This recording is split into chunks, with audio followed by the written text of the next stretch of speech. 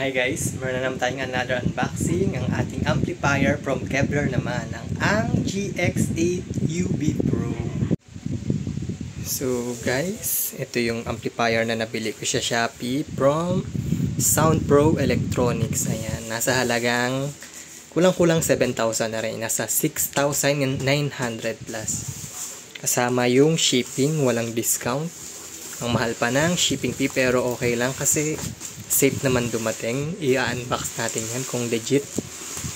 Ayan, super bilis nila mag-deliver. Ayan, nasa 2 days lang na makukuha mo na yung order mo sa kanila. So guys, i-unbox na natin. Nakita nyo naman, sealed na sealed. Napakabilis mag-deliver ng JNT Geisha sa may Shopee Express. Inaabot ng matagal. And good job JNT. Ayan, nakita nyo naman guys, sealed na sealed. Sealed. Ayan, sealed. Di pa natin siya matetesting kasi wala pa tayong speaker.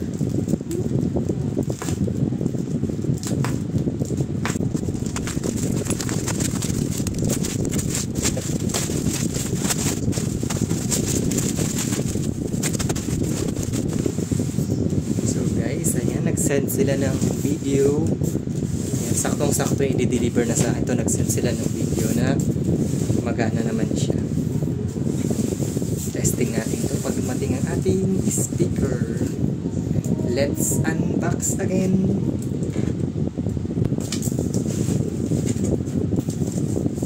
Ano nga ba yung nasa box? May jack and user manual.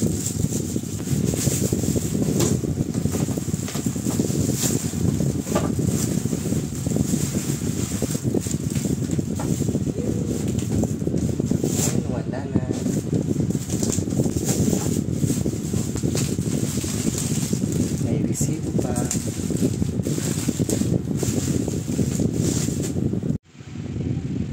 So guys, ayan, na-unbox ko na siya sa may kanyang box. Ayan, ito yung itsura niya guys. Ayan, ayan, isa-isahin natin yan mamaya. Hindi pa dumating yung speaker natin, in-order din natin siya Shopee. Bibili na lang tayo sa may SM ng kung ano available ng speaker doon. So guys, ito, Kevlar Professional. Ayan, ito yung model niya, GX8 UB High Power Video OK Amplifier. Nandiyan, meron tayong screen guys. Pag binuksan natin yan mamaya, makikita natin kung ano yung nandiyan. Meron tayong, ayan, ano to? Mic Prio. Ayan, Mic Prio yan, source. Tapos ito yung next and previous. Tapos napipindot siya. Play, pause. Ayun. May repeat din tayo. May mic 1 input and mic 2. Yan. Meron tayong USB. Tapos ito yung ating mic volume. Mayroon din tayong echo volume. May music volume. Ayan. Tapos ito yung mic bus. Mic mid, mic treble, repeat, delay. May loudness din tayo at may AUX yata. Ito yung saksahan from phone to amplifier. Tapos meron tayo dito. Ito yung bass volume. Ayan. Bass volume. Ayan. Mid volume, treble, balance. Ayan. Balance. And ito yung maganda dito. Yung feedback reducer. Ayan. Para kahit malapit tayo sa speaker, yung mic hindi tumutunog. Ayan. I-reduce natin siya. And ang ating power button, on and off. Yan. Yun. Matakot pindutin, parang masisira. Mukha naman siyang okay, pero iba siya sa may mga amplifier ng concert. Mas mukhang premium. Ito parang simple lang, ganun. Parang local brand, Kevlar. Pero try natin kung mas the best sa ating concert amplifier. Ito yung kanyang yung design kanyang taas. Ayan. Mas maganda siya sa design niya kaysa sa concert kasi yung concert yung ganito niya nandito sa ibabaw, kaya pag nalaglagan ng alikabok nalalagyan sa loob. Gagaya nito na sa gilid. Ayan. Ito yung kanyang gilid. Ayan, meron ditong, ayan, QC pass, ayan, nakasealed. Huwag natin tatanggalin yan para hindi ma-void yung warranty. Tornilyo, may tornilyo, tapos ayan, yan, may ganyan. Sa kabilang side naman, same din. Ayun, yung sa kabila merong sealed at wala. Ayun, tapos, ayan, may ganun din siya. Tapos may tornilyo. Ayan. So guys, ito naman yung likod ni Kevlar. Ayan, meron siyang pan. Malaki yung pan niya. Tapos ayan. Oops, merong another mic input. Ito naninibago ako sa mga ganito. Hindi ko pa sure kung ano to. Basahin ko na lang sa manual. Pero kung alam yan, comment nyo lang po. Tapos, meron tayo ditong fuse. Ayan, fuse. Yun pa. T5A yan. 250 volt. Tapos, meron tayong signal ground. Hindi ko rin alam kung saan yan. Ayan. Ito yung ating, hindi siya ditanggal. Naka-fix na siya dyan. Ayan. 220 voltage. Ayan. Yup, di na rin natin kailangan ng another socket. Ayan. Tapos, ito yung kanyang right and left speaker output. A, B. Ayan. Positive, negative. Kanyang pan. Tapos, sa kanyang likod, meron tayong high. Ayan. Mic out. Tapos, sa output niya, ayan. Sub. Merong sub. May line. May music input A. Music input B, tapos kung maglalagay tayo ng mixer and equalizer, ito, tanggalin natin to.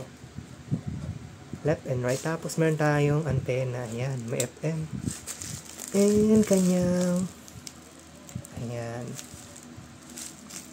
So guys, testingin natin yan. Pag may speaker, sa ngayon, buksan natin siya kung gumagana, isaksak natin.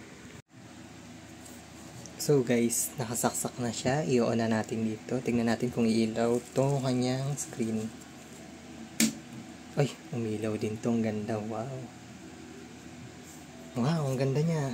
Mas maganda pala siya kapag binuksan. Mas mukha siyang premium. Bali yung concert ko, tumagal ng 3 years. Hanggang ngayon gumagana pa. So, nag-upgrade lang ako or nagpalit lang ako ng ating brand. Testingin natin to kung sino yung mas matagal sa kanila. Yung concert ko, nasa 3 years na hanggang ngayon, mukha pa rin bago. Ang ganda pa rin ng sounds. Pero tingnan natin si Kevlar kung matibay din. Kasing tibay ni concert. Ayan, abangan nyo yan guys. So guys, sa may pagpalit pala ng mode niya, dito pala yun sa may source. Ayan. Pag kinlik natin yan, mapapalitan ng, ayan, radio. Ayan, may radio siya. Pag isang click ulit natin yan, mapapalitan ng,